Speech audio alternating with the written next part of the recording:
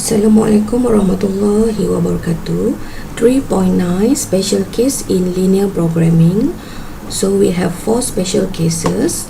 Number 1, unfeasible problem, that is LP problem with no feasible solution, no solution for the problem.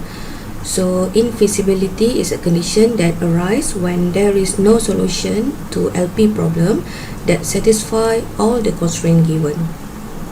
Example 7, let's say we have this LP problem and we construct the graphical method and we notice that no feasible solution because why? When you check for the shaded region area, okay, if you check the first constraint here, 4x1 plus 3x2 less than or equal to 12, this one will goes to this area, and for this constraint number 2, 2x1 plus x2 will go upward, okay, plus the non-negativity constraint.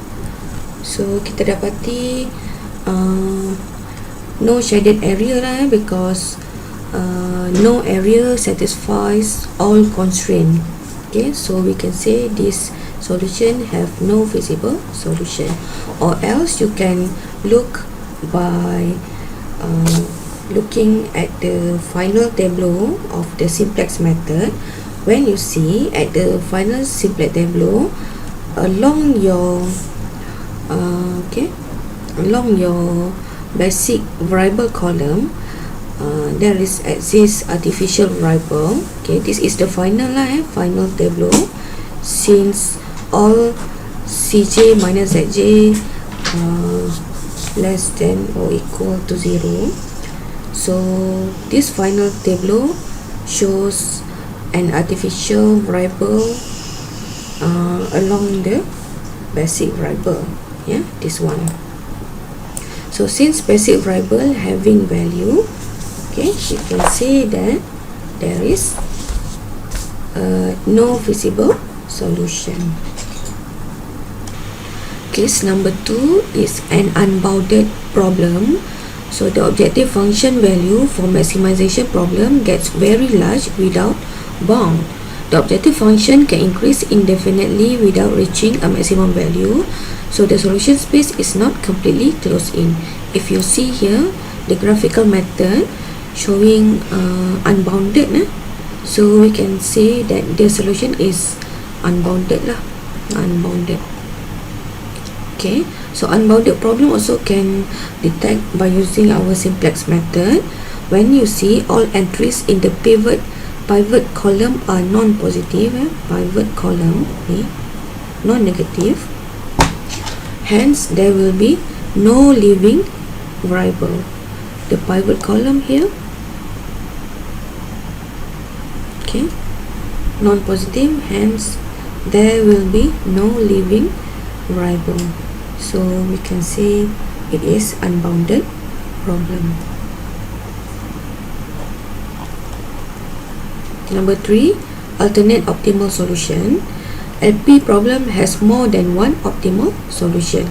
This is the case when the objective function isoprofit or isocost line runs perfectly parallel to one of the problem constraint, provide greater flexibility to the decision maker. So example 9 showing the problem having alternate optimal solution.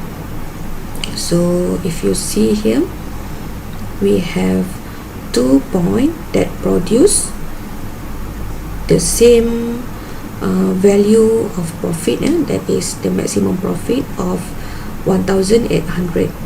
If you use point of 30 and also 0, you will get 1800, and if you use point 20 and also 10, you also can produce point of 1800. 2 corner point having the same maximum value indicate the LP problem has alternate optimal solution. This means that you are having more than one optimal solution lah. Before this, you see that you only have one point, that is point of x1 and also x2, that give maximum profit. But this time you have more than one point that give the maximum profit, and that's the definition on having alternate optimal solution. Or else you can detect by using simplex method. Okay, alternate optimal solution is detected if the final tableau has Cj minus Zj value equal to 0 for a non-basic variable. Okay, non-basic variable is the S1 and also S2. Why this two variable is non-basic? Because it's not included in our basic variable here. So basic variable is for x1 and also x2. Selain daripada yang ada di sini adalah kita punya non-basic. So looking here, non-basic variable, you are having value of 0 for the S2 variable. Okay, so we can say it have alternate optimal solution. Okay, for degeneracy, a redundant constraint is one that does not affect the feasible solution region. So this is the problem. If you solve graphically, this one is called redundant constraint. Yeah, the line ini tidak memberi apa-apa efek kepada shaded region kita.